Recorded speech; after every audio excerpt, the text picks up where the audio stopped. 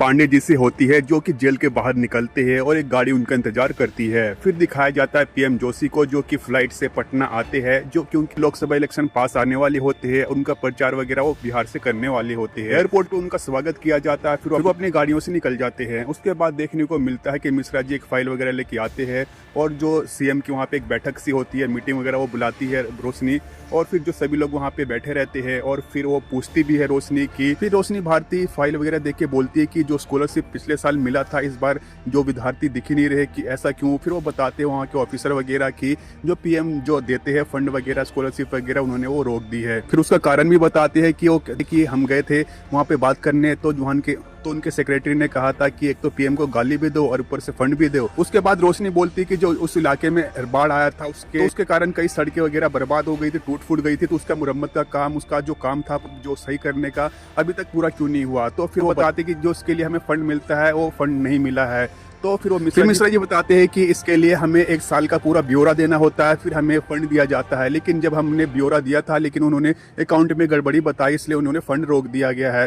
फिर उसके बाद कई सारे फाइल और जो मुद्दे वो निकालती है कि मतलब कि ये काम वो काम, स्कूलों को काम वगैरह वगैरह की सारी अकाउंटिंग में गड़बड़ी है, इस वजह से काम नहीं हो रहा। तो काफी उन पर वो भड़कती भी है। उसके बाद रोशनी मिश्रा जी से पूछती भी कि ऐसा बिहार के साथ पीएम जोशी क्यों कर रहे हैं। उसके बाद जो मिश्रा जी रहते हैं वो कहते हैं कि जो बाकी लोगों के कि आप जाइए, हम आपको बुला लेंगे। उसके बाद वो सभी लोग चले जाते हैं। उसके बाद मिश्रा जी और रोशनी जी वहाँ पे रह जाती है और फिर वो दोनों में बात करते क्यों ऐसा किया जा रहा है। फिर रोशनी बोलती है कि पीएम तो सिर्फ दिल्ली के नहीं है, वो तो सभी राज्यों के पीएम है, वो तो हमारे भी। फिर रोशनी मिश्रा जी को बोलती भी है कि ऐसा वो क्यों कर रहे हैं, मतलब कि ये पॉलिटिकल वगैरह में रहने दिए, पर्सनल क्यों लिया जा रहा है।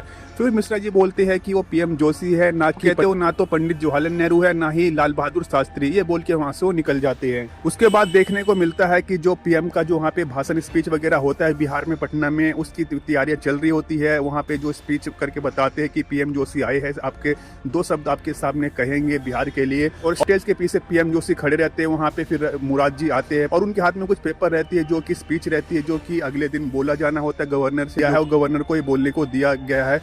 तो फिर वो बताते हैं कि मुराद जी उनसे पूछते भी किसका क्या किया जाए नहीं किया जाए, जो वो पूछ रहे हैं। तो फिर वो कहते हैं कि फिर वो दूसरों शब्दों में कहते हैं कि इसे पढ़ने से मना कर दिया जाए। और फिर मुराद जी पीएम जोशी को कहते भी कि सीएम आपसे मिलना चाहती है। सीएम रोशनी तो कहती कौन, तो कहती कि वो रानी की बेटी, तो ऐसा कहो ना रानी की बेटी। फिर मुराद जी बताते भी है कि वो सीएम जो है यानी कि रानी की बेटी, वो आपसे मिलना चाहती है क्योंकि वो उनका कुछ मतलब कि मुद्दे है बिहार को लेकर, उनके फंड जो रोक दिए गए हैं वगैरह वगैरह। फिर पीएम जोशी बोलते हैं कि इन सब चीजों के लिए भी पीएम मिलने लगेंगे। तो फिर उनको आप कहिए कि वो जाए दिल्ली और दिल्ली में फाइनेंस मिनिस्टर से इस बारे में बात करें। उसके बाद पीएम जोशी को स्टेज पे बुलाया जाता है और फिर वो भाषण देने के लिए आ जाते हैं और फिर वो बिहार में क्या क्या हो रहा है और रानी भारती के बारे में काफी बुरा भला कहते हैं और कहते हैं कि किस तरह से आपको झूठा वादा दिया जा रहा है कि यहाँ पे बस क्राइम वगैरह हो रहा है और कुछ भी डेवलपमेंट नहीं हुई है। बिहार के लोग ही मुंबई दिल्ली को आगे बढ़ाने वाले हैं और लेकिन यहाँ का कुछ भी विकास नहीं हुआ। इस बारे में वहाँ पे वो बातें करते हैं और वो महेश्वरी कमीशन रिपोर्ट के बारे में बात करते हैं। वो कहते हैं कि रानी जी ये वो आपकी नेता नहीं बल्कि वो मौत का सौदागर है। और पीएम जोशी उनके खिलाफ काफी कुछ बोलते हैं और कहते हैं कि बिहार को आप कैसा देखना चाहते हैं,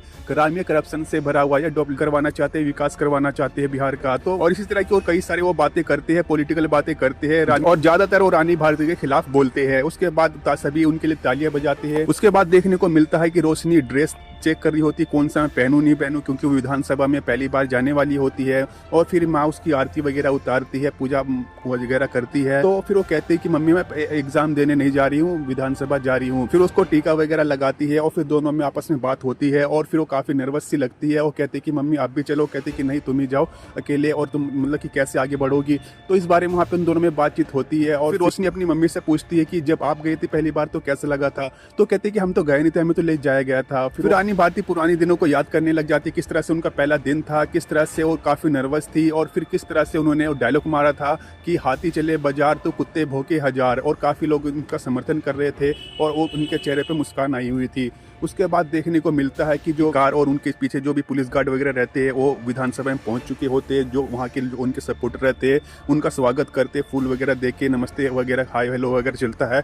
उसके बाद देखने को मिलता है कि रोशनी वहाँ पे कोने में खड़ी रहती है और सिगरेट पी रही होती है और बाकी लोग बाहर पर उनका वेट करते हैं। फिर मिश्रा जी वहाँ पे आते हैं और फिर इशारा करते हैं, फिर ऊपर आती है, वो थोड़ी नर्वस सी लगती है। उसके बाद देखने को मिलता है कि बाद वो अंदर प्रवेश करती है और फिर वो बैठ जाती है सीट पे और फिर वहाँ पे स्पीकर वगैरह आते हैं और नमस्ते वगैरह वहाँ पे चलता है, सभी लोग उनको नमस्ते वगैरह करते हैं। उसके बाद वहाँ पे साथ में ही मिश्रा जी बैठे रहती है रोशनी के बगल में ही। उसके बाद वहाँ पे गवर्नर आके कहते हैं कि जो रोशनी ने लिखा है आज स्पीच वो हमारे लिए, हम नहीं उसे नहीं पढ़ेंगे क्योंकि ये बिल्कुल ही मतलब कि काफ़ी मतलब भड़काऊ टाइप का है, तो पढ़ने से मना कर देते हैं और वहां से चले जाते हैं। उसके बाद स्पीकर जी बोलते भी है कि क्या क्या उन्होंने कहा और उन्हें ये पढ़ने से मना कर दिया। और ये सब टीवी वगैरह पे दिखाया जा रहा होता है। रानी भारती और उसका जो भाई रहता है जय, ये सब टीवी पे देख रहा होता है। उसके बाद रोशनी खड़ी होती है और कहती है कि मतलब कि जो हमने लिखा तो उनको जो जेठ जी ने वो मना कर दिया। और जेठ जी पीएम जोशी को कहते हैं क्योंकि उन्हीं के वो मतलब कि कहने पे उन्होंने मना किया है, क्योंकि हमने उनकी काफी तारीफ कर रखी थी इसलिए उन्हें। तो हम आपसे निवेदन करते हैं क्या ये स्पीच हम खुद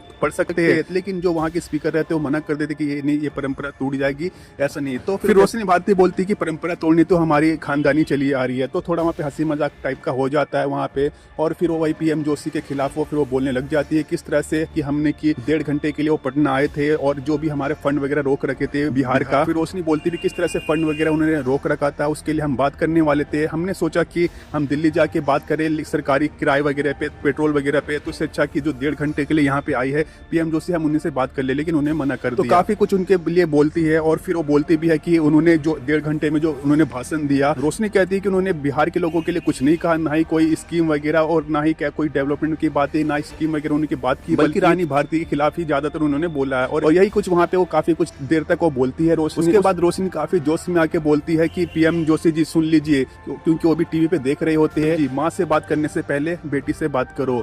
ये सुन के काफी लोग उन जोश में आ जाते हैं, काफी उनका समर्थन करते हैं। सब टीवी पे चल रहा होता है। रानी भारती को ये सब देख के काफी अच्छा लग रहा होता है, उस पर गर्व महसूस होता है। और पीएम जोशी भी ये सब देख रहे होते हैं, उसका भाई वगैरह भी देख रहे होते हैं। तो रानी भारती बोलती कि हमने कहा था कावेरी को कि हम बिहार को एक नई रानी भारती दे रहे हैं। तो दोस्तों ये था महारानी सीजन 4 का एपिसोड 3 का पार्ट 2 एपिसोड। जानना चाहते हो कि एपिसोड 4 में क्या क्या होता है, आगे क्या क्या हुआ, उसके लिए आपको ज्यादा से ज्यादा कमेंट करना है, हाँ या ना में जरूर बताइएगा, यस या नो में। और आपको ये स्टोरी कैसी लग रही है कमेंट बॉक्स में जरूर बताइएगा। और ऐसे और एपिसोड पाने के लिए चैनल को सब्सक्राइब कीजिए, बेल आइकन को प्रेस कीजिए, वीडियो को लाइक शेयर जरूर करें। मिलेंगे नेक्स्ट एपिसोड में।